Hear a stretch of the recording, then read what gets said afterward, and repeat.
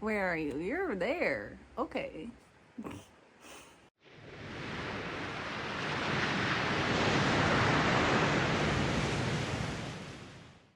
It's Kate from Vera Kate. Welcome to my channel, or welcome back to my channel. If you're new here, I'm glad that out of everyone, all the creatives in the sea, you chose me. So yes, that's so cheesy. Today I have a book haul and a TBR for August.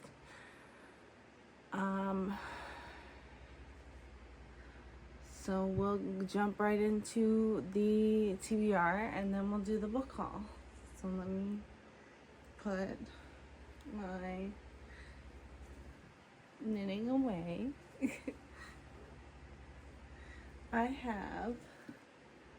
I'm still reading this, The Buffalo Hunter by Stephen Graham Jones.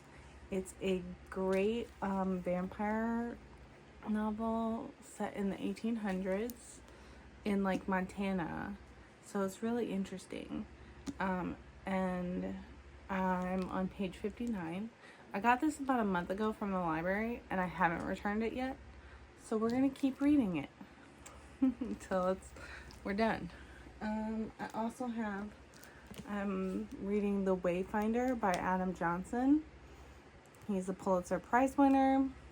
This is the story, it's very similar to Moana, kind of. It's like Polynesian, Tongan, Samoan, but mostly Tongan stories, and it's been very interesting so far.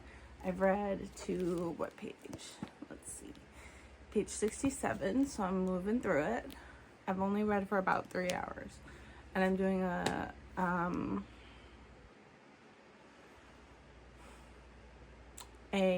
24-hour readathon of this book in particular because it's so big. All right, the next thing that I have, I'm gonna put these over here.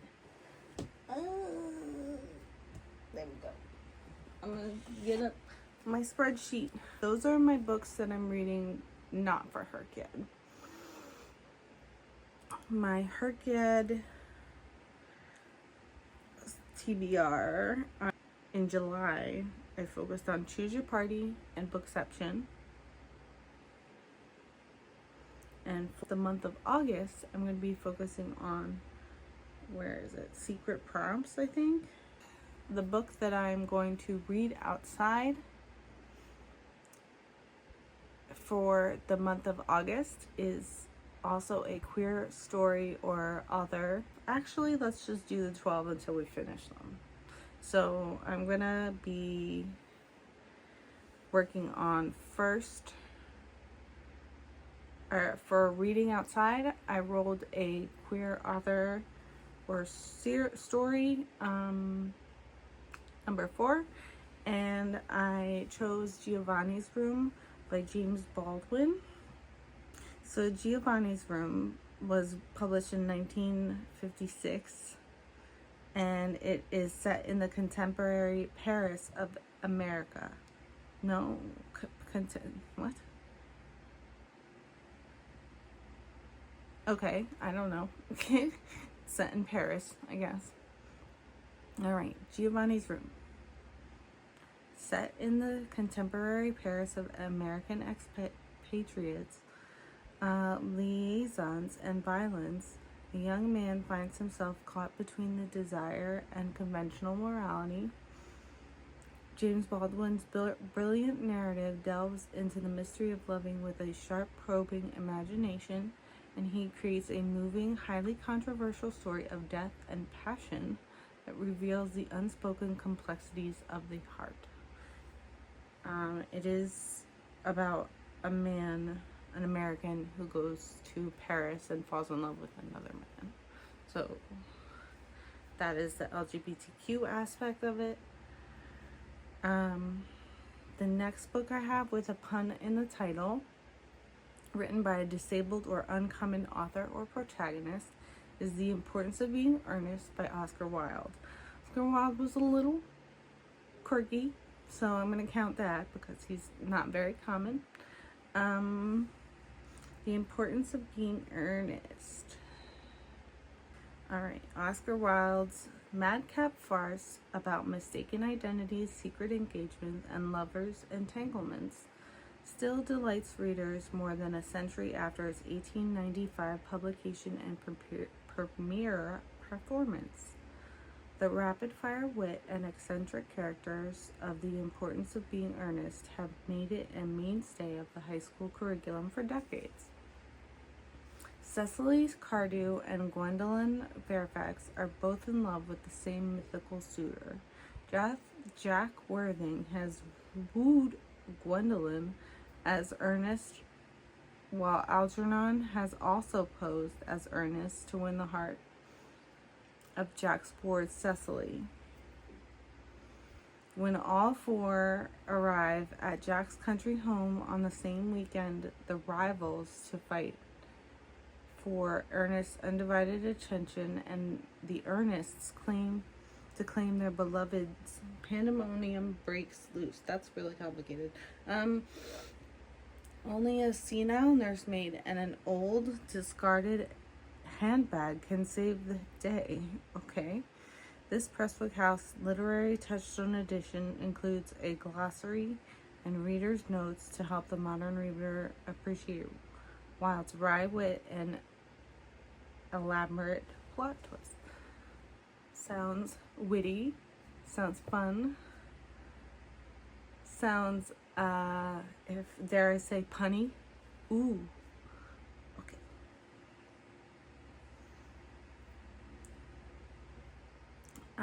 The next book is by we rolled number 2, non-white author.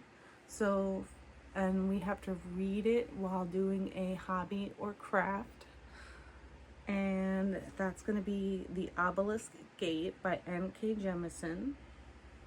The Obelisk Gate. I've heard a lot of people are reading this. And I read the first one. So I'm going to be reading the second one. Esun has found shelter, but not her missing daughter. Instead, there is Alabaster Tenring, destroyer of the world, with a request that would seal the fate of the stillness forever. Simple, easy, we like that. First and last name, The Adventures of Amina Al-Sarafi, with a non-white author by S.A. Chakraborty. I think there has to be a first and a last name in the title, so this would count because it's The Adventures of Amina Al-Sarafi. I'm going to put the summary adventures. Shannon Chakraborty, the best-selling author of The City of Brass, spins a new trilogy of magic and mayhem on the high seas in this tale of pirates and sorcerers, forbidden artifacts, and ancient mysteries in one woman's determined quest to seize a final chance at glory and write her own legend. Amina Al-Sarafi should be content. After a storied and scandalous career as one of the Indian Ocean's most notorious pirates, she's survived backstabbing rogues, vengeful merchant princes, several husbands, and one actual demon to retire peacefully with her family to a life of piety, motherhood, and absolutely nothing that hints of the supernatural. But when she's tracked down by the obscenely wealthy mother of a former crewman, she's offered a job no bandit can refuse. Retrieve her comrade's kidnapped daughter for a kingly sum. The chance to have one last adventure with her crew, do right by an old friend, and win a fortune that will secure her family's future forever. It seems like an obvious choice that it must be God's will. Yet, the deeper Amina dives, the more it becomes alarmingly clear that there's more to this job and the girl's disappearance than she was led to believe. For there's always risk in wanting to become a legend, to seize one last chance at glory, to savor just a bit more power, and the price might be your very soul. Ugh. I'll Get Around to It is Yesteryear. It's a new author, Carol Clareberg. Yesteryear is very popular right now, so when I'll get around to it when it's available at the library. A traditional American woman, a trad wife influencer, suddenly awakens in the brutal reality of 1855, where she must unravel whether this living nightmare is a nightmare is an elaborate hoax, a twisted reality show, or something far more sinister in this sensational debut novel. My name is Natalie Heller Mills, and I was perfect at being alive. Natalie lives a traditional lifestyle. Her charming farmhouse is rustic. Her husband is a handsome cowboy. Her 6 children, each more delightful than the last. So what if there are nannies and producers behind the scenes? Her kitchen hiding industrial-grade fridges and ovens. Her husband, the heir to a political dynasty. What Natalie's followers, all 8 million of them, don't know won't hurt them. And the angry women, the privileged Ivy League coastal elite haters who called her an anti-feminist iconoclast, they're sick with jealousy. Because Natalie isn't simply living the good life, she's living the ideal, and just so happens to be building an empire from it. Until one morning she wakes up in a life that isn't hers. Her home, her husband, her children, they're all familiar, but something's off. Her kitchen is warmed by a sputtering fire rather than electricity. Her children are all dirty and strange, and her soft-handed husband is suddenly a competent farmer. Just yesterday, Natalie was curating photos of homemade jam for her Instagram, and now she's expected to haul firewood and hand-wash clothes until her fingers bleed. Has she become the unwitting star of a ruthless reality show?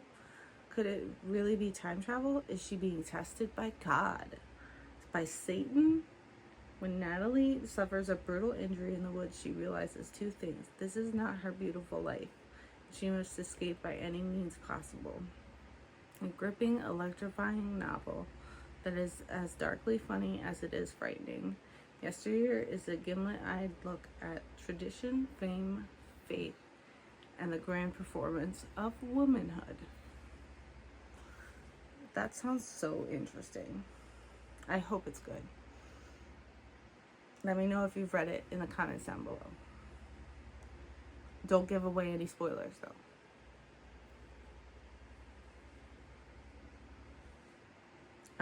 We have 6 more books part of this prompt. We have duplicate titles. So I rolled number 6, my choice. So I'm going to be doing The Deep by Rivers Solomon. Yetu holds the memories for her people. Her people, the Wajinru, a water-dwelling descendants of pregnant African slave women thrown overboard by slavers, live idyllic lives in the deep.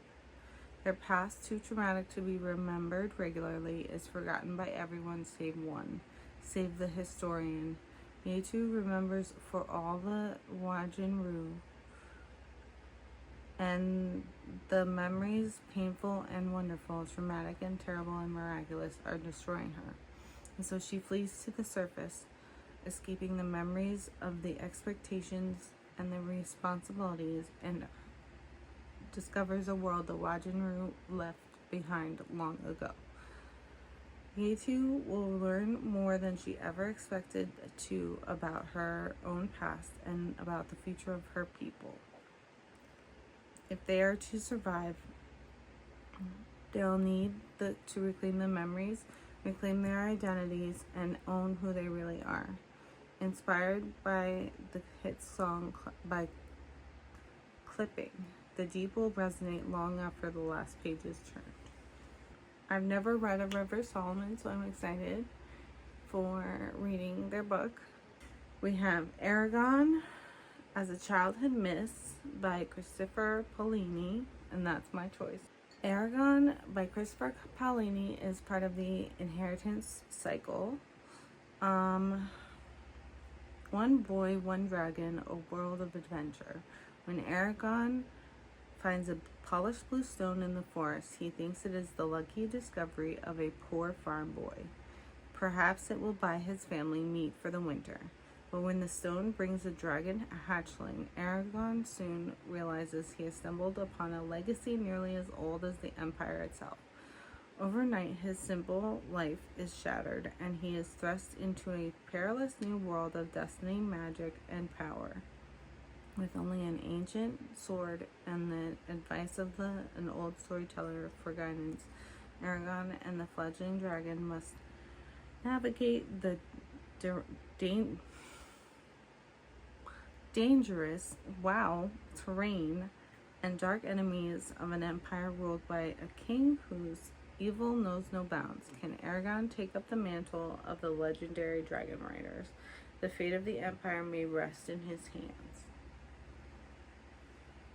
Alright, so that's Aragon. We have For Joseph's Technicolor Dreamcoat. Love that show, is so much fun. I rolled a 3, which is a disabled or uncommon author or protagonist. And for that, I'm going to be reading The Picture of Dorian Gray by Oscar Wilde. The horror, whatever it was, had not yet entirely spoiled that marvelous beauty. Enthralled by his own exquisite portrait, Dorian Gray exchanges his soul for eternal youth and beauty.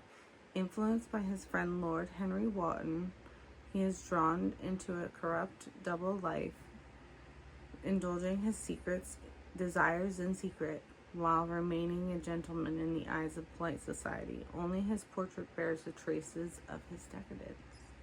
The Picture of Dorian Gray was a success de scandale. Success, but of scandal. Pretty obvious. Your early readers were shocked by its hints at unspeakable sins, and the book was later used as evidence against Wilde at the Old Bailey in 1895. This definitive edition includes a selection of contemporary reviews condemning the novel's immorality and the introduction to the first Penguin Classics edition by Peter Ackroyd. So that is The Picture of Dorian Gray. Next we have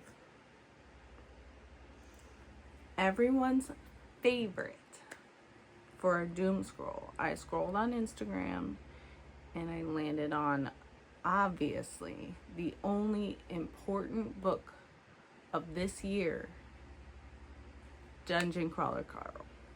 It was my choice, and because that's what I rolled a 6.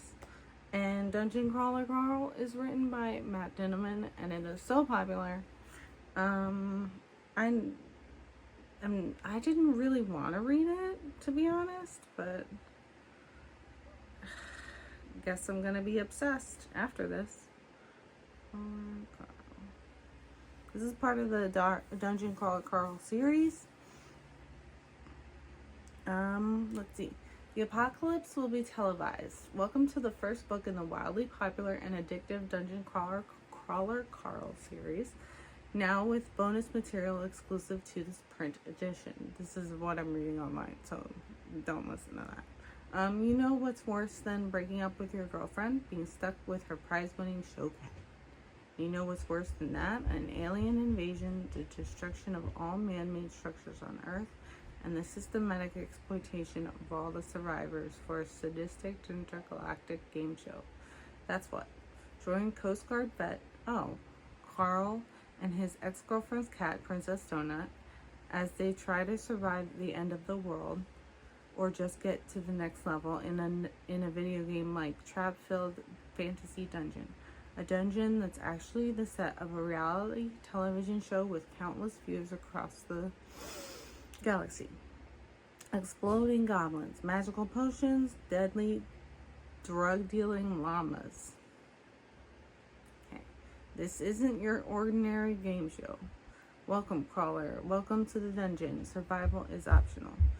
Keeping the viewers entertained is not. It includes part 1 of the exclusive bonus story Backstage at the Pineapple Cabaret. So, Dungeon Crawler Carl is very popular. And, I mean, it'll be fun.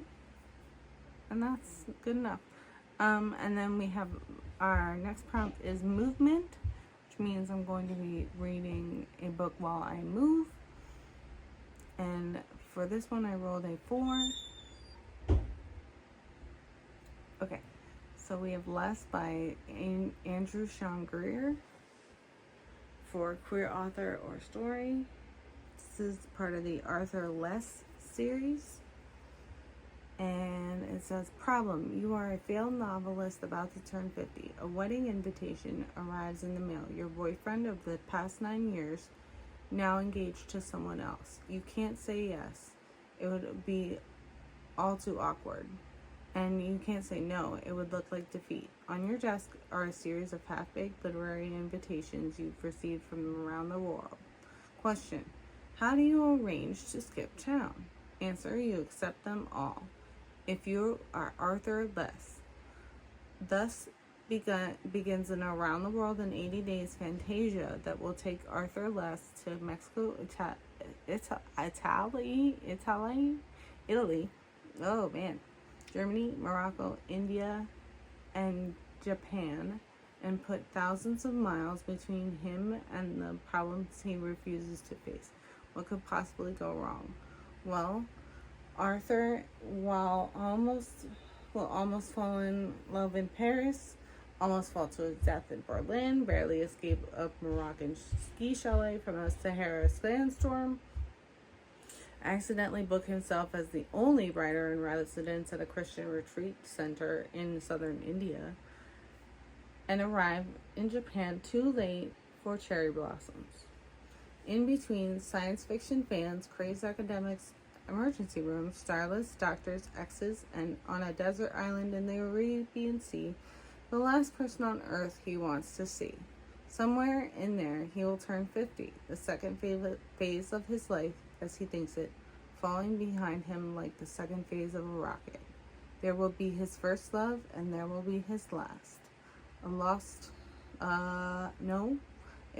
story, a satire of the American abroad, a rumination on time and the human heart by an author the New York Times has hailed as inspired lyrical elegiac.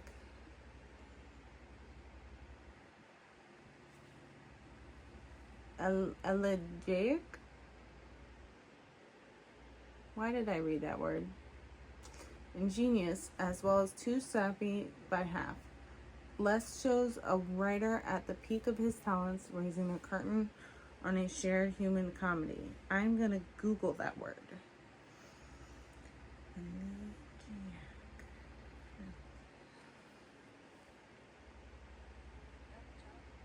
Elegiac.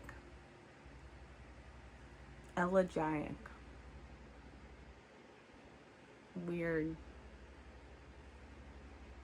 Alrighty. And our last two, we have our most recent acquisition, which is written by a disabled or uncommon author or protagonist. And I recently picked up The Goldfinch. Let me see if I can find it in here. I'm not sure where in the pile it is. It's not it. Maybe this is it. Yes. The Goldfinch by Donna Tartt. Theo Decker, a 13-year-old New Yorker, miraculously survives an accident that kills his mother. Abandoned by his father, Theo is taken by a wealthy Park Avenue family. He is bewildered by his strange new home and tormented by longing for his mother, clings to the one thing that reminds him of her, a small, mysteriously captivating painting that has come into his possession. As an adult, Theo moves easily between the antiques store where he works, the drawing rooms of the rich, and the wonder world of art. He is alienated, unmoored, and in love, and drawn inexorably to the power of that painting into a narrowing, dangerous circle. So, yeah, this is the painting. But this is The Goldfinch by Donna's Heart. It's a big book. Oh my god, it's like 700 pages.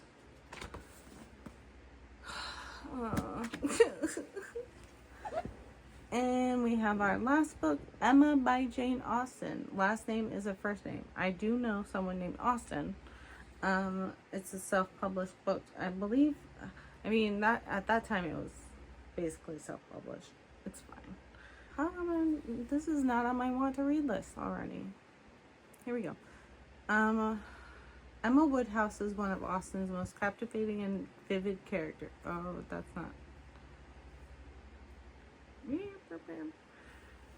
Vivid characters. Beautiful, spoiled, vain, and irrepressibly witty, Emma organizes the lives of the inhabitants of her sleepy little village and plays matchmaker with devastating effect.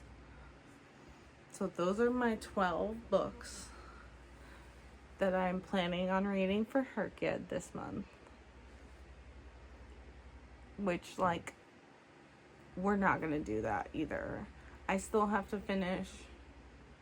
I'm going to give an update on my reading at the end of July, beginning of August.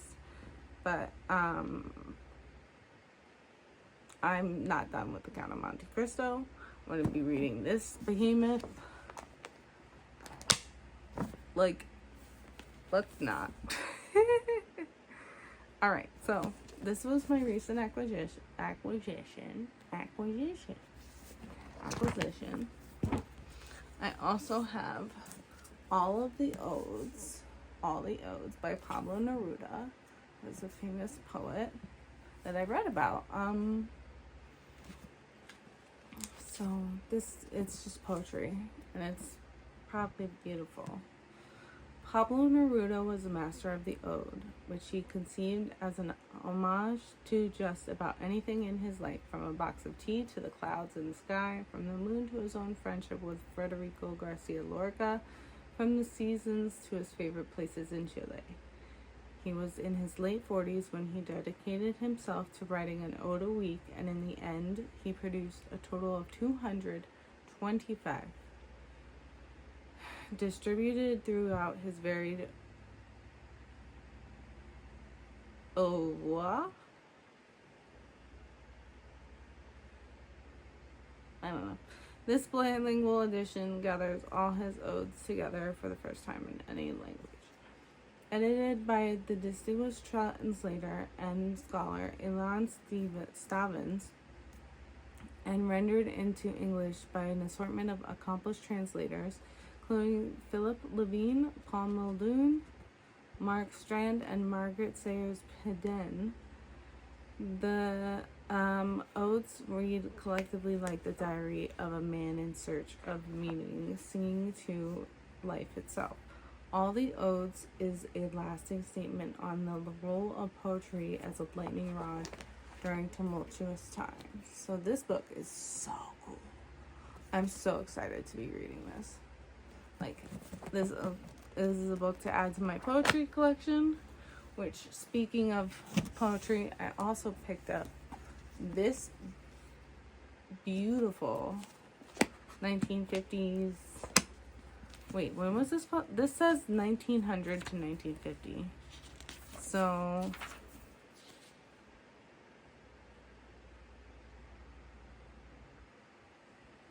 this literally has a little.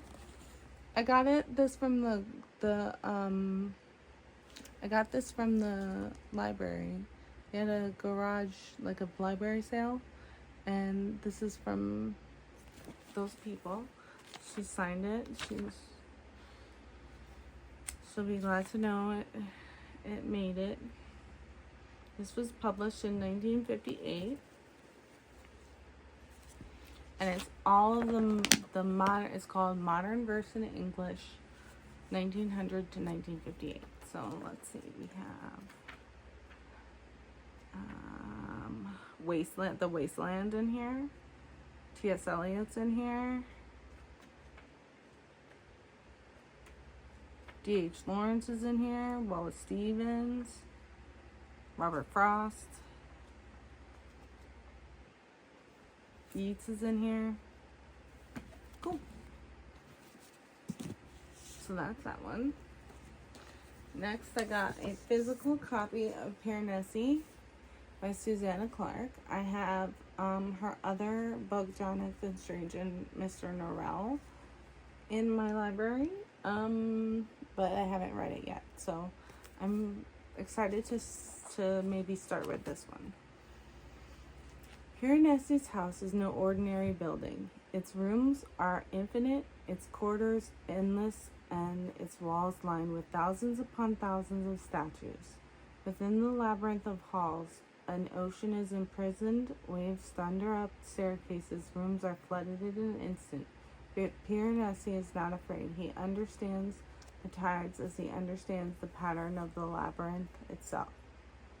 He lives to explore the house. There is one other person in the house, a man called the Other, who visits Piranesi twice a week and asks for help with research into a great and secret knowledge.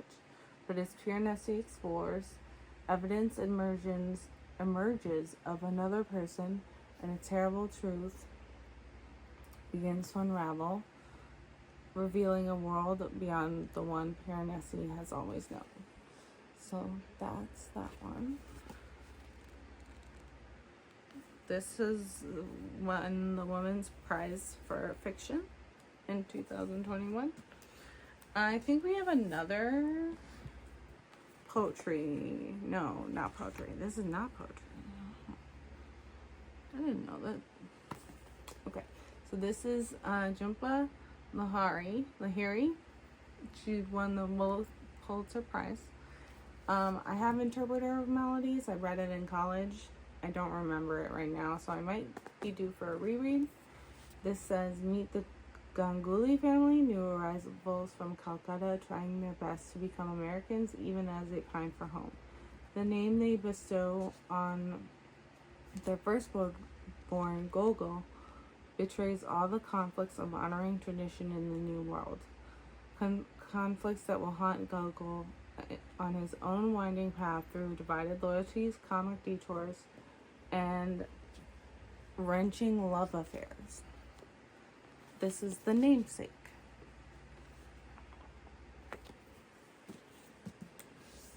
Another behemoth, we have Ken Follett's A Column of Fire. I don't know what this is about. Oh, is this in that one series?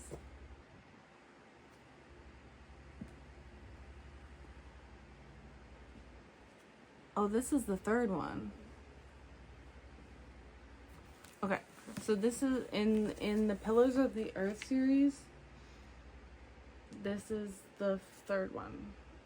In 1558, the ancient stones of Kingsbury Cathedral looked down on a city torn apart by religious conflict. As power in England shifts precariously between Catholics and Protestants, royalty and commoners clash, testing friendship, loyalty, and love. Ned Willard wants nothing more than to marry Marjorie Fitzgerald, but when the lovers find themselves on opposing sides of the religious conflict dividing the country, where did I go? Ned goes to work for Princess Elizabeth. When she becomes queen, all Europe turns against England. The shrewd, determined young monarch sets up the country's first secret service to give her early warning of assassination plots, rebellions, and invasion plans. Over a turbulent half-century, the love between Ned and Marjorie seems doomed, and as extremism sparks violence from Edinburgh to Geneva, Elizabeth clings to her throne and her principles, protected by a small, dedicated group of resourceful spies and courageous secret agents. The real enemies then and now are not the rival religions. The true battle pitches those who believe in tolerance and compromise against the tyrants who could impose their ideas on everyone else, no matter what the cost. Set during one of the most turbulent and revolutionary times in history, A Column of Fire is one of Follett's most exciting and ambitious works yet. Oh, the Kingsbridge series, that's what it's called. It will delight longtime fans of the Kingsbridge series and is the perfect introduction for readers new to Ken Follett. This is also a very big book. How many pages is this? 900. Yes, a 900-page book. The last book that I got from the library is The Poisonwood Bible by Barbara Kingsolver, which I don't know what it's about at all. So we're going to read the back. The Poisonwood Bible is a story told by the wife of 4 daughters of Nathan Price, a fierce and evangelical Baptist who takes his family on a mission to the Belgian Congo in 1959. They carry with them everything they believe they will need from home, but soon find that all of it, from garden seeds to scripture, is calamitously transformed on African soil. What follows is a suspenseful epic of one family's tragic undoing and remarkable reconstruction over the course of 3 decades in post-colonial Africa. Sounds interesting.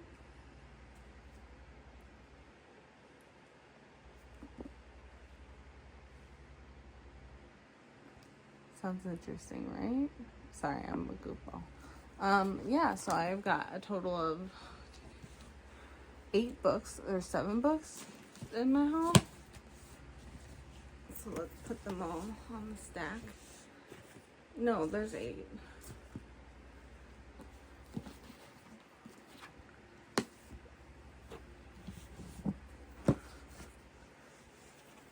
Let's see if I can lift all this.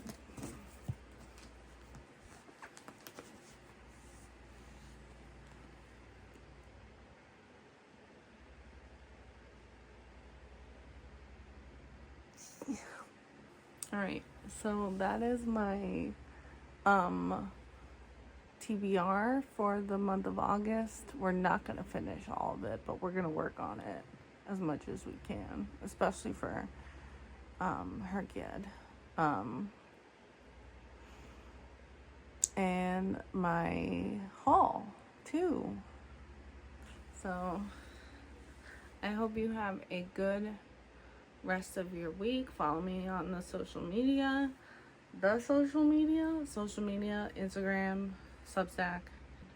Follow me on Instagram, Substack, and Ko-fi. And I hope you have a good rest of your week. Next video is going to be Friday, because I think that's my schedule. Sunday, Wednesday, Friday, or Tuesday. We'll see. Anyways, I'm going to edit this video now, and hopefully it won't hurt me. It won't be too much by that, I mean. Alright. Bye.